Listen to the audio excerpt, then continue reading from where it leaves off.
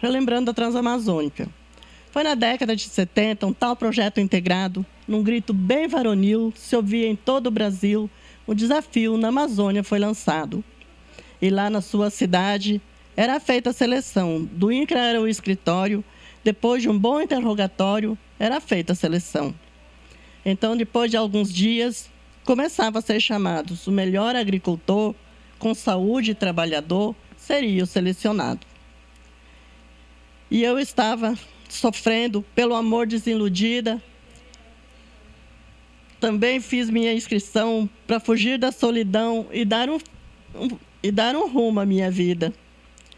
Com euforia e tristeza, chegou a hora da partida. Choramos por quem ficava, nem para trás a gente olhava, foi cruel a despedida. Com uma semana de viagem, chegamos então no Pará. Itaituba era o nosso destino, mas desviaram o caminho e nos deixaram em Marabá. Éramos 20 famílias nas matas de Marabá. Numa pequena agrovila, até a água era na fila, só areia tinha lá. Então reunimos as mulheres, fomos ao INCRA reclamar.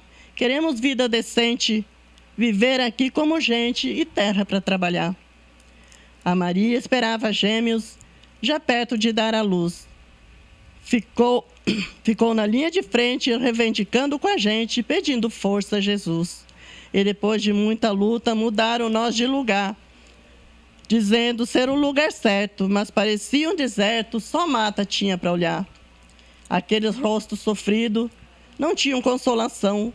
Na hora do desembarque, sofremos um grande choque ao enfrentar a situação. De Marabá ao Macanã, na época chamada Piracuruca. Foi mais de um dia de viagem, parecia até sacanagem se ver naquela sinuca. Fomos então despejados num enorme barracão. Para cada família um quarto. Ao relatar este fato, me revolto com razão. Os gaúchos que estavam lá sofriam de todo jeito. Ninguém dormia de rede, de palhas eram as paredes e os armadores já estavam feitos.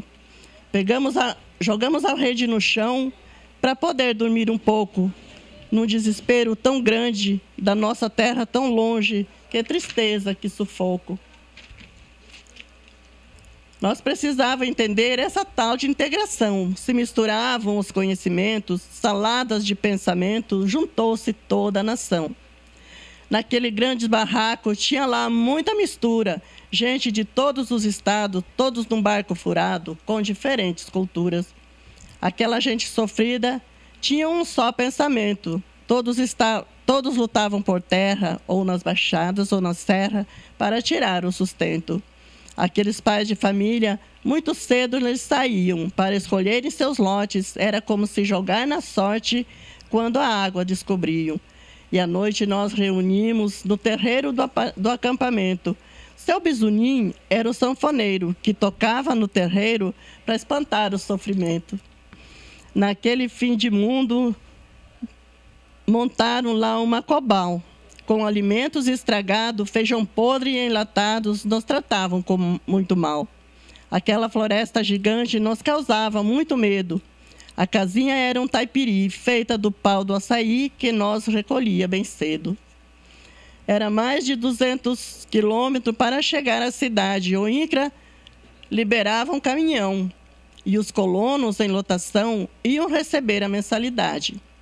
Dava até pena de olhar aqueles pais de família em cima de um caminhão, sem banco, sem proteção, atrás do pão de cada dia. Todo chefe de família, por 6 meses, recebiam. Era um salário de fome, se envergonhavam os homens das compras que eles traziam. Nós éramos 3 irmãs tentando sobreviver, nós abraçadas, chorando, em lágrimas se desmanchando, sem saber o que fazer. Então pedimos a Deus uma luz para o caminho. Deus ouviu nossa oração, enxergamos nosso irmão precisando de carinho. Naquela estrada comprida, caminhamos decidida, fomos em busca de criança, criando nelas esperança para a escola e também para a vida. Não foi difícil achar crianças para estudar, pequenos e adolescentes, bem pobrezinhos, carentes, reunimos para ensinar. Criamos comunidade e escolas para funcionar. Esquecendo o sofrimento, integramos pensamentos para a melhora do lugar. Mas foi tarefa difícil pela mistura de gente, alunos de 17 estados, em aula de seriado, em linguagens diferentes. Os pobres pais dos alunos para o barraco construir, para a escola funcionar, cepos para os filhos sentar, nas matas iam conseguir. Deus, das promessas que viemos atrás, nada disso era verdade. Cobrimos escolas com palhas, na saúde tinha falha, tudo foi dificuldade. A tal de reforma agrária que todos nós desejávamos, ela nunca aconteceu como um sonho que vivemos, não acordava. Repete isso, não dá para afastar um pouco, eu acho muito difícil.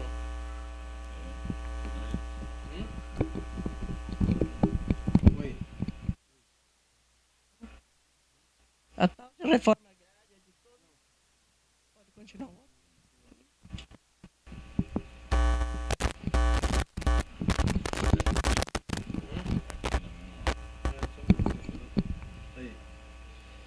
A tal de reforma agrária que todos nós desejava, ela nunca aconteceu como um sonho que viveu enquanto não acordava.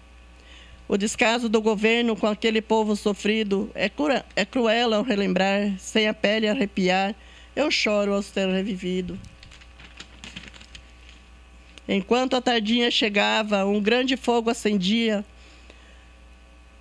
para das cobras se livrar e as onças afastar do barraco que dormia.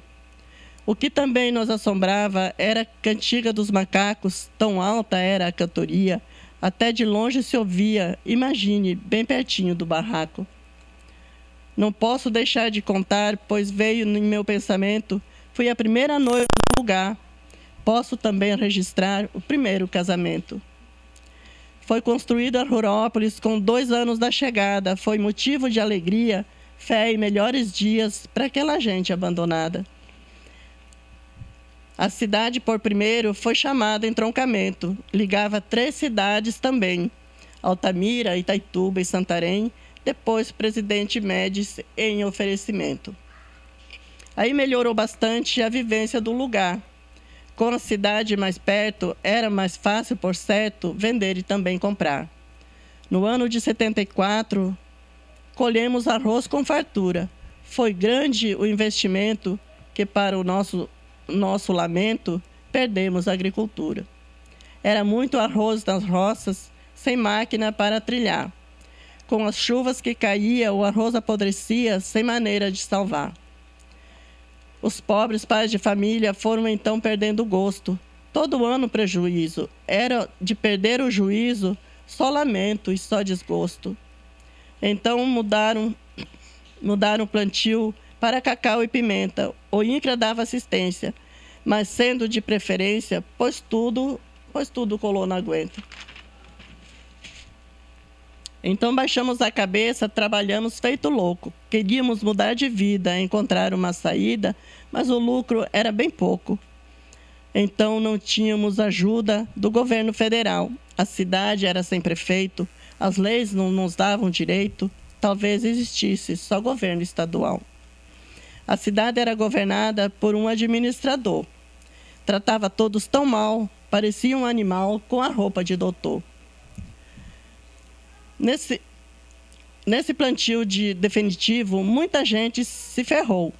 Plantando cacau e pimenta, o povo quase se arrebenta para pagar o que financiou. Com isso, o povo deixou de plantar arroz e feijão. Foram alguns anos sofridos até que fossem colhidos o cacau e a produção. Assim, quando nós chegamos, fundamos 2 comunidades, a Elza e o Valdomiro e eu, uma no quilômetro 200, que apareceu, e a outra no 212, lá na cidade. Era linda e animada as datas comemorativas, regadas a porção de quitutes, galinhas, vinhos e catitu, numa simplicidade tão pura e realista. Dividimos tudo o que tínhamos, cultura, lazer e conhecimento. Fazia da tristeza alegria, amizade sincera que valia, com abraços, poesias e entrosamento. Eu agradeço a um lindo casal que em sua casa me acolheu, Dona Zenaide e seu Neri. Nunca vou esquecer daí e os momentos que a gente viveu. Não esqueço daquela jiboia embaixo do seu travesseiro. Era a senhora amamentava um bebê que em seu peito mamava, mas a cobra chegava primeiro. Foi então que ela descobriu que o bebê chorava tanto, porque tinha seu leite sagrado, pois aquele animal confiado que roubava seu leite tão santo. Eu conheço histórias terríveis, de lembrar o meu corpo arrepia. Um sertão só de matas e feras, mas os filhos devendo. Desculpa. Mas os filhos servindo de esperas para surpresas do próximo dia. Num grande barracão de palha, eu ensinava 74 crianças, com visitas das cobras sem falhas, que caíam da coberta de palha. São cenas que não me saem da lembrança. Vivi lá 20 anos, na esperança de melhoras. A estrada já estava acabada, a malária proliferada. Só promessas de piora. Hoje aqui, longe, agradeço por ter ficado com vida, pela herança de família, que é um filho e 4 filhas, a maior riqueza adquirida. Dos poucos sobreviventes que ainda hoje moram lá, dá para contar os pioneiros, os que chegaram primeiro, morreram ou já não vivem mais lá. Nessa tal Transamazônica, doei parte da minha vida. Lá construí minha história, muitas lutas, poucas vitórias. Hoje tenho orgulho ao ser lida. Na verdade, a Transamazônica é um gigante emburacado. Quem mora lá muito sofreu, sem assistência viveu num paraíso abandonado. Obrigada.